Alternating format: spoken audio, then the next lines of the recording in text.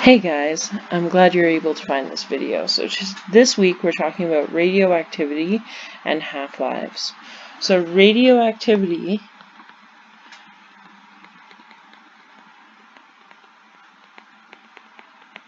is the release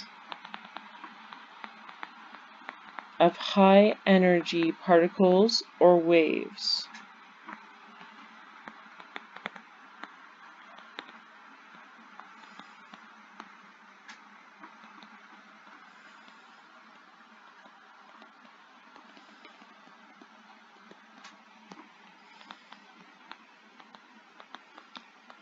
That we call radiation.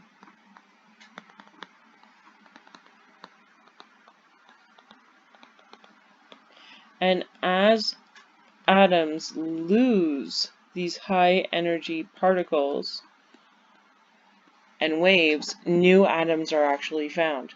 So radiation can be good or bad. X-rays, radiation therapy, electricity generation are beneficial, but also they can do damage to our DNA, which is bad. So, isotopes.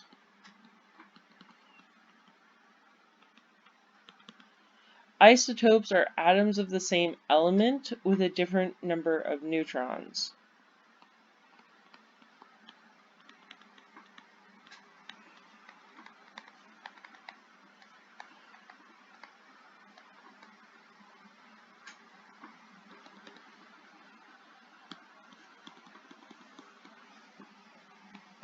So remember, if you change the number of electrons, you turn an atom into an ion. If you change the number of protons, you change it into a different element. But if you just change the number of neutrons, you turn it into an isotope.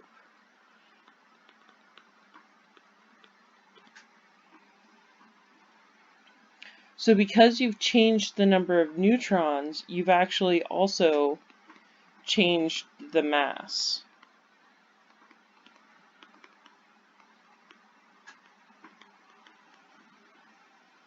Because remember, the mass is equal to the number of protons plus the number of neutrons. So isotopes still have the same number of protons and the same element symbol. It's only their atomic mass that's different. And this is why when you look on the periodic table, atomic mass has decimal numbers, because the atomic mass on the periodic table is the average of the mass numbers of all the isotopes that are possible. So isotopes are either written two ways, either with the mass number at the end, or with its chemical symbol. So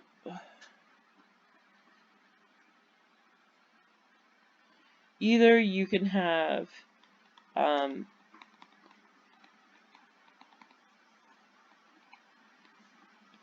potassium 40,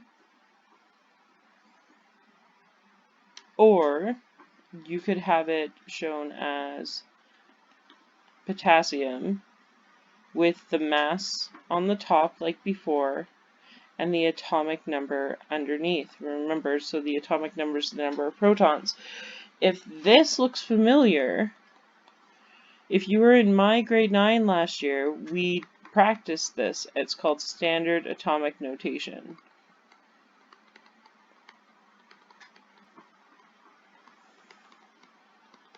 And it usually throws you off because the big numbers on top, which is the exact opposite of what you would see on the periodic table.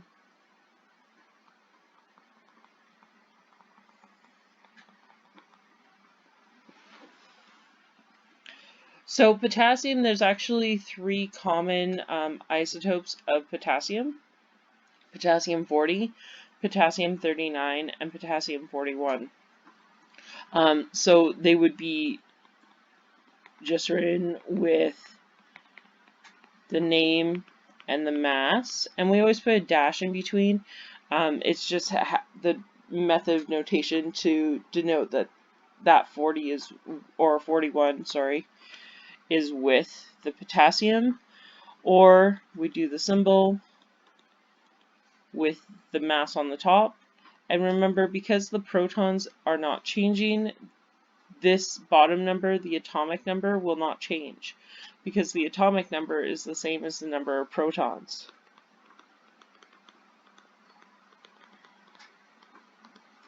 So this one's potassium 39. So 39 at the top and 19 protons.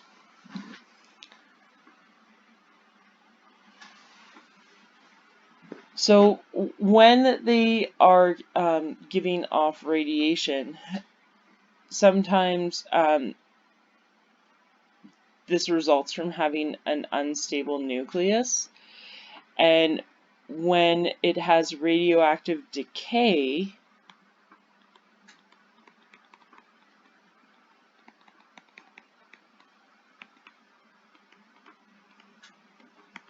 that's when the nuclei break apart and release energy from the nucleus.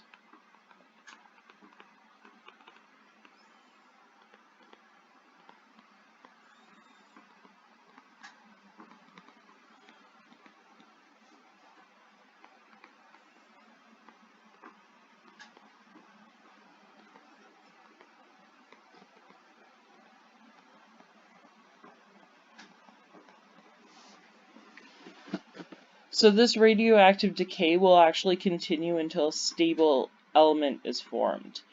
An element may have isotopes that are radioactive, and that is what we call radioisotopes.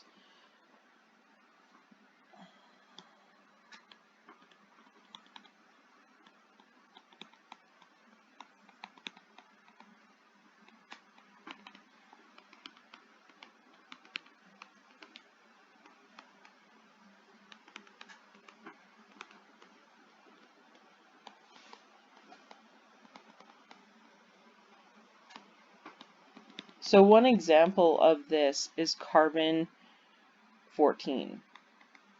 You may have actually heard that in regular speech or on movies or whatnot. Carbon-14 is actually something we use to figure out how old organic material is.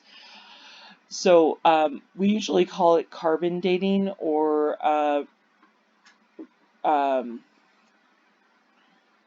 oh, I'm blanking on the other word, but carbon dating is the usual term that we use.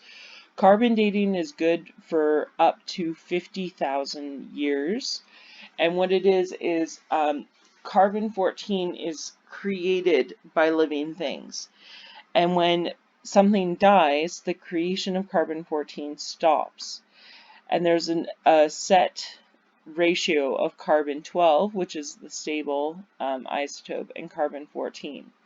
But because carbon-14 is radioactive, it will degrade in a typical way. And this is actually called a half-life. And a half-life means that the length of time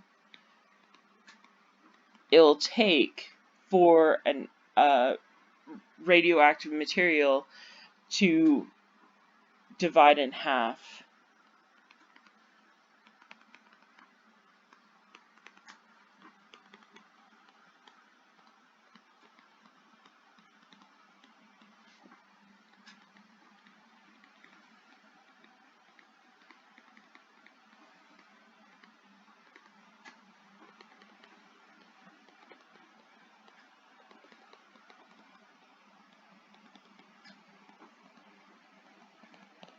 Okay, so with carbon-14 has a half-life of 5,730 years.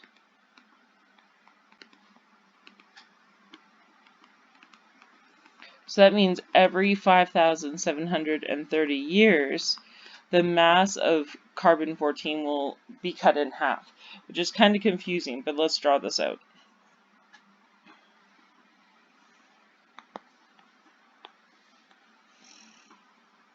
Okay, so if we have the mass in grams and the number of years passed.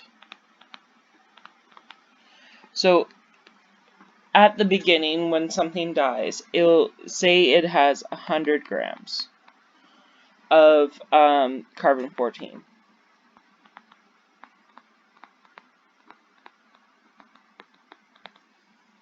After 5,730, it'll have 50 grams. Because this half-life means that this mass has been divided in half.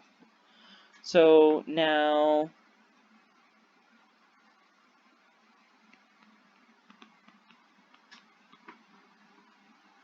after 1,460, no, that's not right.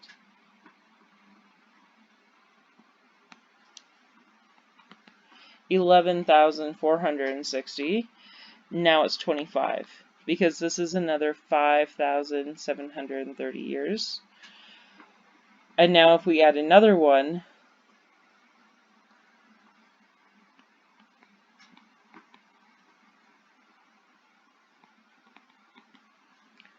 this is again cut in half.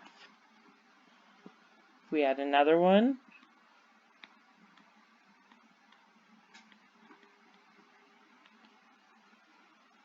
again it's cut into half. And it's going to continue. So each of these is a half-life. So 1 half-life, 2 half-life,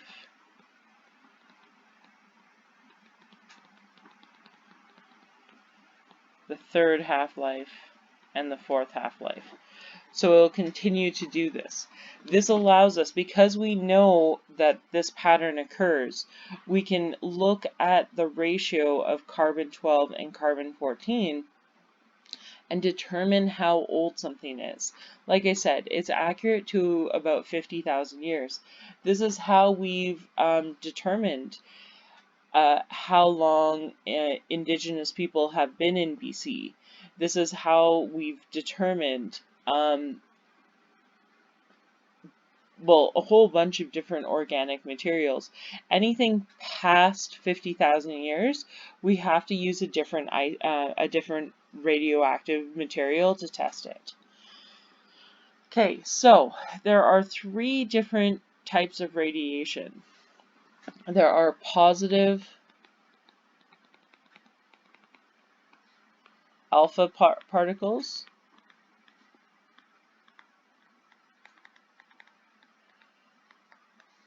and alpha is written like that. There are negative beta particles,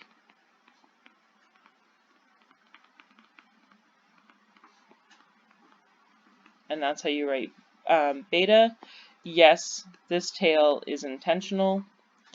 And then we have neutral gamma radiation, or sorry, particles.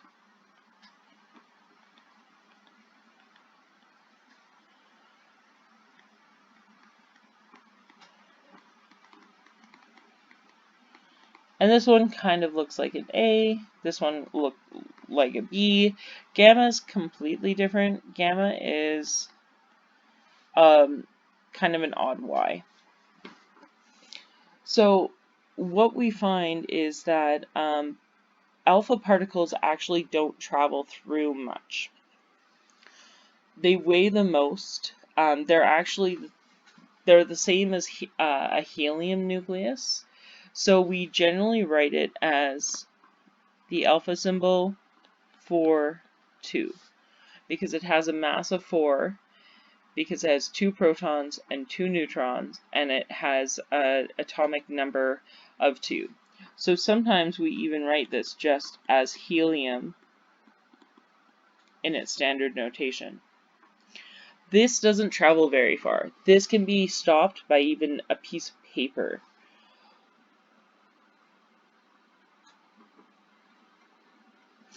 So these things are big and slow.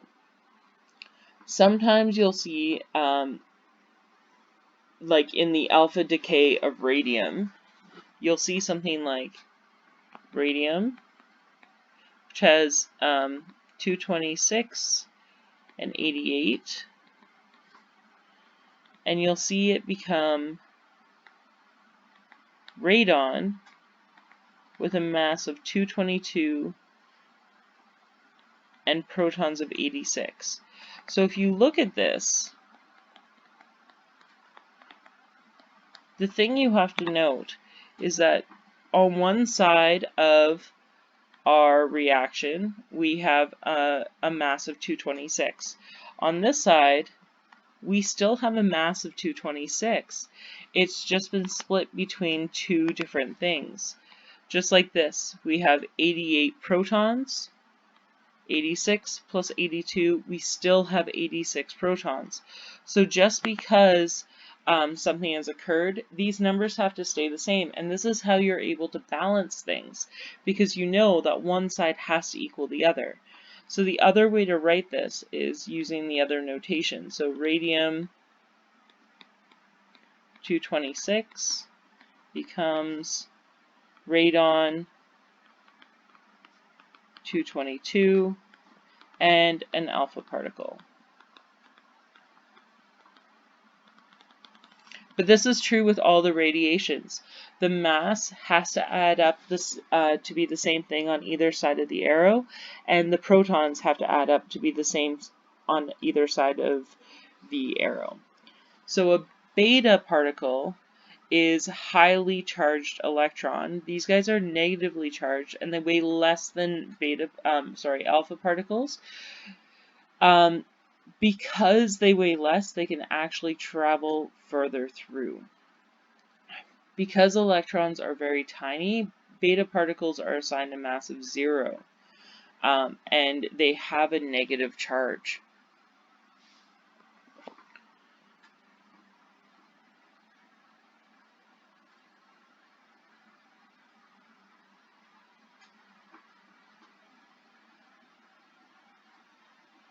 So beta decay occurs when a neutron changes into a proton and an electron.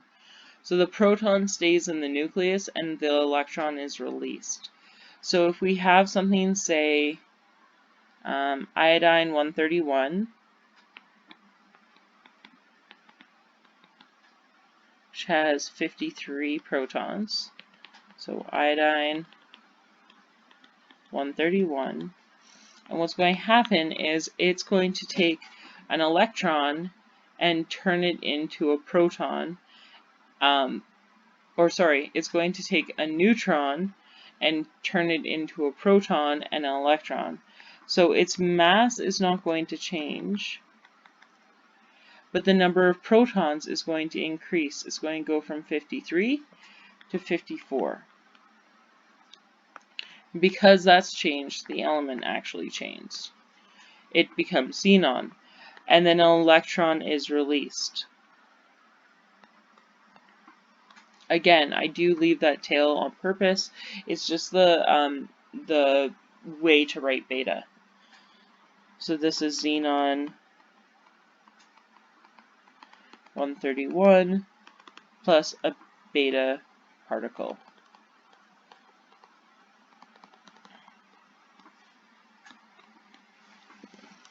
So it only takes a thin sheet of aluminum to stop a beta particle. So more than what it would take for an alpha, but as you'll see, less than it'll take for an alpha, more than it'll take for a gamma. So gamma radiation is high energy short-wave radiation. There's no charge and no mass, but it's the highest energy form of electromagnetic radiation. This takes thick blocks of lead or concrete to stop it. So we had alpha that takes a paper, we had beta that takes a thin layer of aluminum, gamma takes a thick block of lead or concrete to stop it. So gamma decay results from energy being released from a high energy nucleus. Often other kinds of radioactive decay will also release gamma radiation. Like uranium-238 decays into an alpha particle, but also releases gamma rays. So take your radium-238. It has a mass of 92, and when it decays, or not decays, but when it goes under a nuclear reaction, what happens is it actually results in two different elements, helium, or our alpha particle,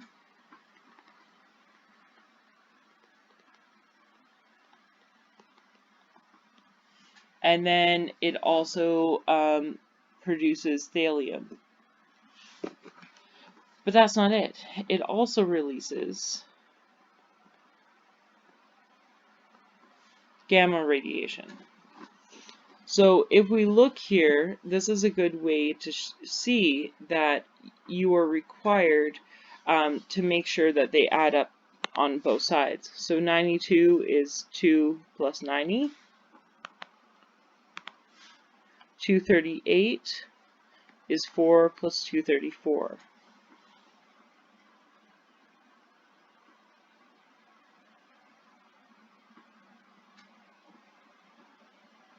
And in this case, it actually releases 2 gamma particles.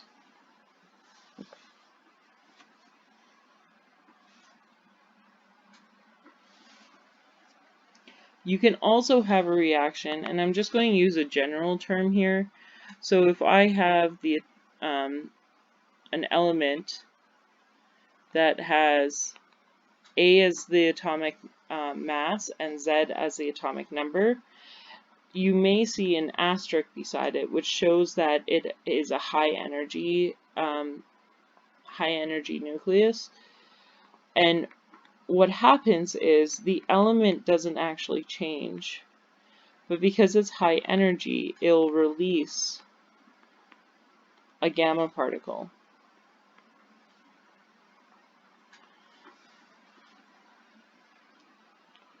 But like I said, the most important part is making sure that your numbers on either side of the equation add up.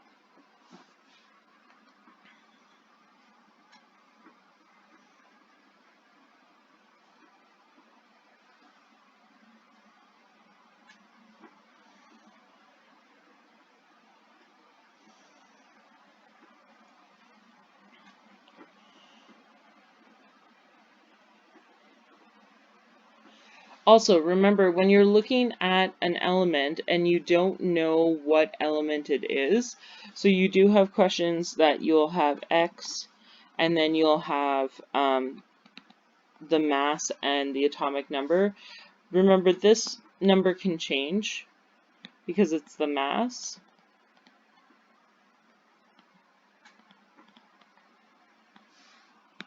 But this number here, this will always be the same. And this is the number of protons, but this is also the atomic number. And all the elements in the periodic table are actually written down in order of their atomic number. So if I see this as 2, I look on my periodic table and know that it has to be helium, because helium has an atomic number of 2. Same thing if we have 16 and 8. This number I ignore because it can change depending on what isotope it is. This number, if I look, it's automatically going to be oxygen, because oxygen is the only element with the atomic number of 8. So you do have 4 questions that goes over that. And then you have how to determine the number of protons and neutrons.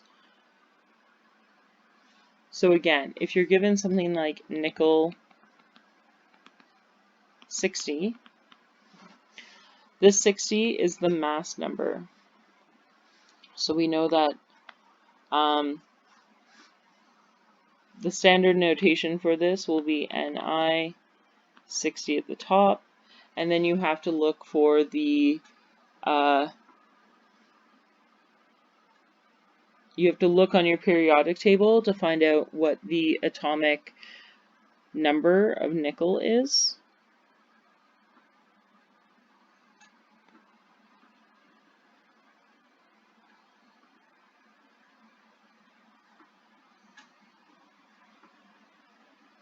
which is 28. The mass, like I said, is 60. The atomic number is 28, which means the number of protons is 28. And then to find the number of neutrons, what we have to do is subtract the number of protons from the mass. So mass minus number of protons. So in this case it's 60 minus 28, which gives us 32. And that's how we figure out the number of neutrons.